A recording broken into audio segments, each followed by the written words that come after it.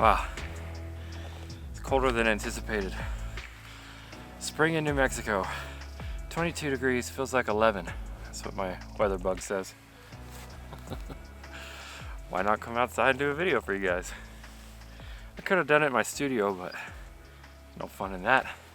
And I wouldn't have got this sunrise, wouldn't have got my wildlife shots, which is why we're here, wildlife.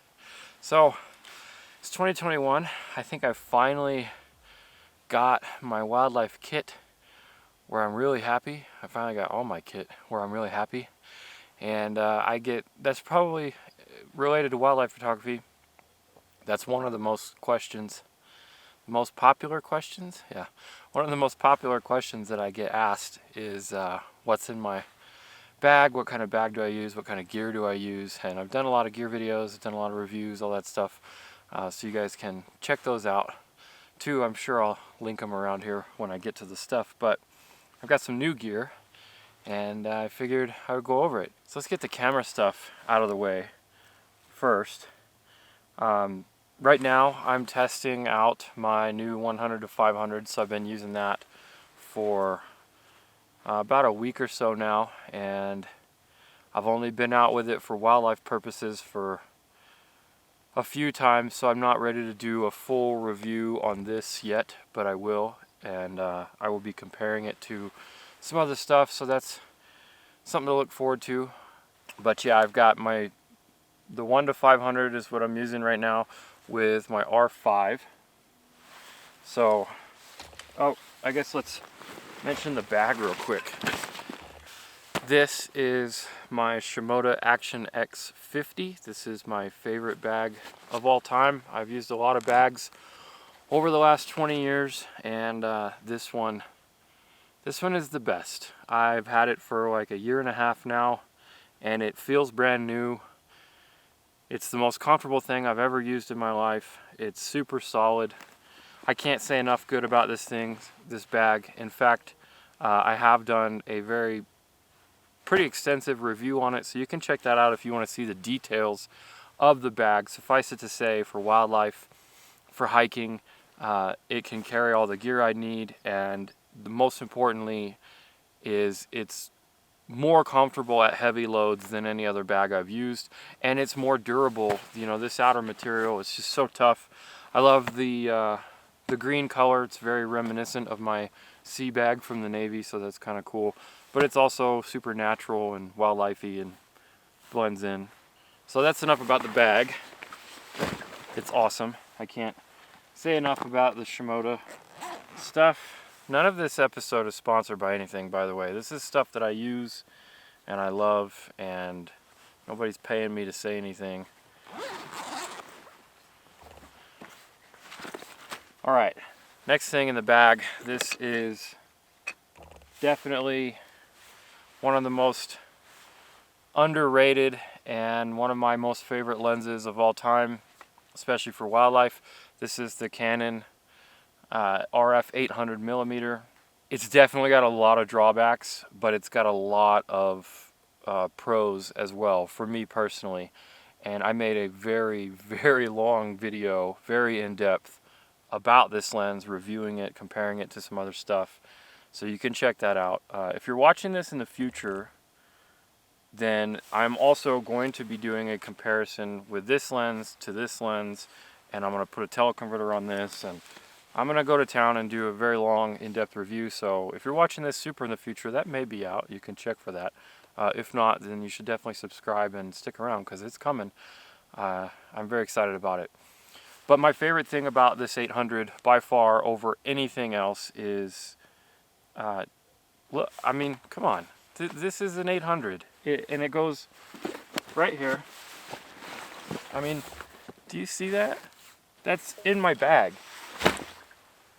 Native 800 in my bag, and it weighs less than my 2470 did. Like, come on. You can't beat that. So, yeah, it does have the drawbacks. The F11 sucks. The fact that it's not weather sealed for me really sucks, because I'm out here in all this dust all the time. I haven't had a problem with it yet, but I've only had it for a couple months. So then for my backup camera, And my low light stuff, I'm rolling with my R6. So usually what I'll do is like before sunrise, after sunset, that kind of stuff, I'll shoot with the R6. It's slightly better at low light than the R5, both of which are the two best cameras I've ever used in every aspect, and low light is no exception. So very happy with that. They have the same autofocus system, which I can't even. I did another video too about the R5 versus the R6. It's getting really bright out here. The sun just passed this bank of clouds and it's gonna look like traditional desert lighting here. I'm blinded. I should have rethought this angle. Oh well, we're committed. You guys are just gonna have to watch me squint for now. All right, hopefully that's a little bit better. Looks like it. It's getting super bright. It's also gonna start getting really warm now that that sun is up. I'm gonna go from 22 feels like 11 to 60 feels like 60. So that's it for my bag. That's it for my camera gear. For wildlife, I stay super minimal. I stay super light. One more thing before we go on any further about gear. A lot of people ask me what tripod I use for wildlife. I don't ever use a tripod for wildlife. So everything you've ever seen from me, from both photos and video, any video clip, all my wildlife videos, it's all handheld. Everything I do, I film handheld, I shoot handheld, and maybe that's good, maybe that's bad. You know, maybe I could do better, maybe I couldn't. The point is, I don't have a tripod for wildlife. I don't like it. I don't want to carry that extra weight, and I have spent a long time practicing hand holding, and I'm comfortable. You know, so it's just an extra thing for me. There's a lot of great tripods out there. There's a lot of great gimbal heads, that kind of stuff. Even when I shoot with the bigger lenses, you know, the 500 f4, 600 f4, that kind of stuff. If I don't have any of those, but if I rent them sometimes when it's necessary. But those are still usually handheld, and I usually suffer for it, especially because I have broke little chicken arms. But that's the way I roll, handheld, all of it, and that's my favorite thing about the 800 and the 1-500 is I can do just about anything I need to and be handheld with it, and it allows me to get out more, you know. So my body isn't what it used to be, especially after the military, and I don't like carrying around big heavy lenses or tripods. I like to stay light. All right, so let's talk about the next most important thing for wildlife, and that's the peripherals, that's the accessories. So there's this thing. This is just a little poncho thing, and it's got a little hole, you know, so I can wear it a lot of different ways. I can also string it up like this and kind of hide behind it, you know, and stick my camera through the thingy here. So there's a lot of different things. It's a little poncho type thing, and the thing I love about it is it packs down really tiny. So I can fit this in my cargo pants actually, and I do that a lot. If I don't always want to hike with this until, you know, I get to where I'm going or whatever, and I can put it on. It also fits just really easily in my bag. It doubles as a blanket if I need to lay down or whatever. I mean, this is just super handy. It doesn't matter to me what brand it is, what kind it is. I don't even know what brand this is. I bought it on Amazon for like $30. It's super cheap, and there's like 1,000 different types of these. So pick your poison, you know, whatever's comfortable for you. I like this style of the poncho because I can throw it over whatever I need. And in the winter times and stuff like this, when it's super cold in the mornings, you know, layering is super important. So I've got a puffy layer. See, now the sun's going behind a cloud again. This white balance and brightness is going to be all over the place. But I've got a puffy layer, I've got a fleece layer, and then I've got a merino wool layer that you can't see because they're all black. So I don't know why I'm bothered showing you that. But the important thing is layers, especially out here where I live in the desert when the temperature can change by 50, 60 degrees in a day. So I like the poncho because I can throw it over all this stuff. Gloves, super important. I like the little thin gloves. I don't really get very cold like most people do. I don't know why, but the cold doesn't bother me as much as it does a lot of people. So I'm lucky that way, and most of the times I can get away with just these super thin little light gloves, and I can still feel the camera, I can still move them. They have those photographer's gloves, but I don't have any. Those are expensive. Next thing in the bag. I usually have these on. If you guys have seen any of my other wildlife videos, you've seen me dressed in all this stuff. You've seen me using it. But I just have a pair of regular camo pants. And again, the brand doesn't matter to me as long as they're tough and camo-ish. They do what they need to. I bought these at a thrift store like 20 years ago or something, like 15, 20 years ago. And I bought them 2 sizes too big. And now, sadly, they're only 1 size too big. But they're still big enough that the important thing is, like, I can slip them on over whatever I'm wearing. So I don't have to take, they're just an extra pair of pants. And they're just a regular pair of cargo pants. So I bought them at, like I said, like a thrift store for like $3 or $5 or something. And you guys have probably seen me wear this before. Take my hat off and my crazy hair. But this is just another little hoodie face mask thing that I can't even get into. So it's nice, breaks up your face. That's the important bit is wildlife, especially birds and stuff. I do a lot of birding. But wildlife, they know what people look like, and they don't like us. So anything you can do that will break up your human form and cover your face like this.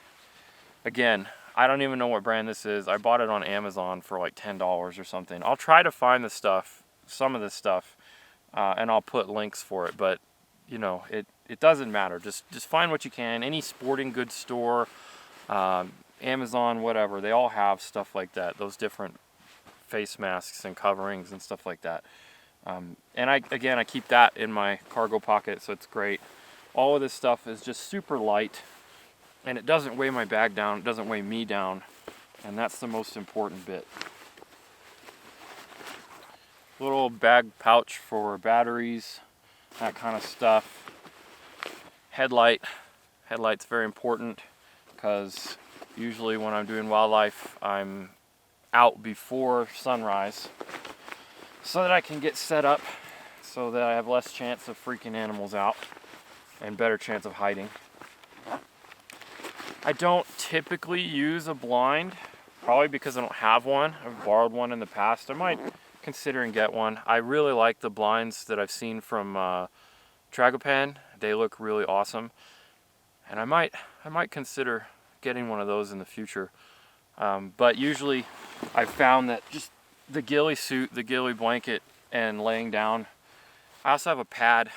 It's in my car probably, but just any kind of like yoga mat, just cheapo yoga mat style pad, or camping sleeping pad. Not the ones that inflate, but just the cheapo foam ones that are real light. You can strap to the bottom of your bag and get out. Especially out here, you lay down in the desert and out here, and you're gonna come back with a lot of spikes in you, and it's not comfortable. So pads are good. And then the last thing, I keep this with me. So this is my little chair, and again, super cheap. I got it for like $3 on clearance at a sporting goods store, and just throw it in the bag on one of the tripod slots. Oh, and then I have for when it's not wintertime and it's just, I don't want to wear anything heavy, I have just a regular long sleeve, like a long t-shirt, long sleeve shirt, camo. And I think I got that at Walmart on clearance for $3, literally $3. And, again, brand doesn't matter, just the type of camo pattern might matter to you depending on where you live. Oh, last thing, boots. Boots are very important. I just stomped a ton of dust all over my camera. Well, the R5 and the 1 to 500 are definitely weather sealed, so we're gonna see how well that holds up with all of this dust. Good grief. But boots are important too. Something super comfortable in the wintertime. The boots that I have on right now, I think they're Solomon's. That's kind of my favorite brand. They're light, they're insulated, they're comfortable. It doesn't matter what brand they are, like I said. It just matters that they're good quality and they're comfortable for you. Having your body stay warm and comfortable is the most important thing, especially for wildlife. Because when you're out doing wildlife, you know, you're not moving around as much. And if you are, that's probably not good unless you're chasing something, but you probably shouldn't anyway. When we're out doing wildlife, we're trying not to move as much, at least I am. And so I'm usually laying down in long periods of time or crouching long periods of time, just not moving. The blood's not flowing. So it's really important to me to stay warm, keep my feet warm, double layer merino socks, you know, that kind of thing. Insulated boots for the winter time. Thermals, you know, all merino. I have on another pair of merino leggings on under this, and that kind of stuff is the most important thing for me, because comfort, you're not going to want to go out, you're not going to want to stay out if you're not comfortable. And that's, I think, a big thing that people overlook when they're concerned about, well, gee, I can't do this wildlife if I don't have this $13,000 600 F4. No, that's horse crap. You definitely can, and I've proved it time and time again. But I like to stay comfortable, and I always tell people that when we do our workshops and everything, I push their accessories and their, you know, stuff more than their gear, because we can always work with the gear that we have, but if you're not comfortable, you're gonna be just miserable. And I know this, you know, the military made me quite miserable. And I got quite used to it, and just lying out here at 22 feels like 11. It's good times. So comfort, stay comfortable, and focus on the things that you need to make that happen. And if that's a lighter lens, or if that's better boots, or, you know, an expensive jacket, or whatever it is, like, I would go for that more than I would go for this 1-to-500, which was to date the most expensive lens I've ever bought, and my wallet still cries for it. It is my favorite lens though, if I haven't said that enough. If you guys watch my other videos recently, there's been like 3 videos in a row where I've said this is my favorite lens of all time. And it is. Alright, I'm going to wrap it up here. There is no wildlife because I've been talking really loudly, and all the elk and deer are gone. So it's breakfast time, it's tea time. If you guys have any questions about any of the gear that I have, or like I said, I'll try to find links for some of, you know, this more obscure stuff. But again, don't focus too much on the brand and all that stuff. Just find what you can, you know, anything's better than nothing, and focus on your comfort and get out there. It'll make you want to get out there more with what you have, and that's the best thing you can do. So yeah, gear questions, leave them down below. I'll definitely answer them. If you made it this far and you haven't already, you should definitely subscribe, because I've got new videos every week. You can check out my wildlife playlist for me actually doing wildlife. It's pretty cool. It's pretty fun. I love it. And that's it. I'm going to go chase a few birds. There's a few birds around here. Some bluebirds, some scrub jays, some phainopeplas. I'm going to go hunt them down for a minute before I head back to the car. I can hear them teasing me. I hear those cactus wren and the canyon towhee around here. I'll go find them real quick. So thanks for watching, and I'll see you in the next one. Oh, my knees. Wow. Knee brace if you need it. I've got like 3 of them. I only have 2 knees, but you can never be too sure, you know?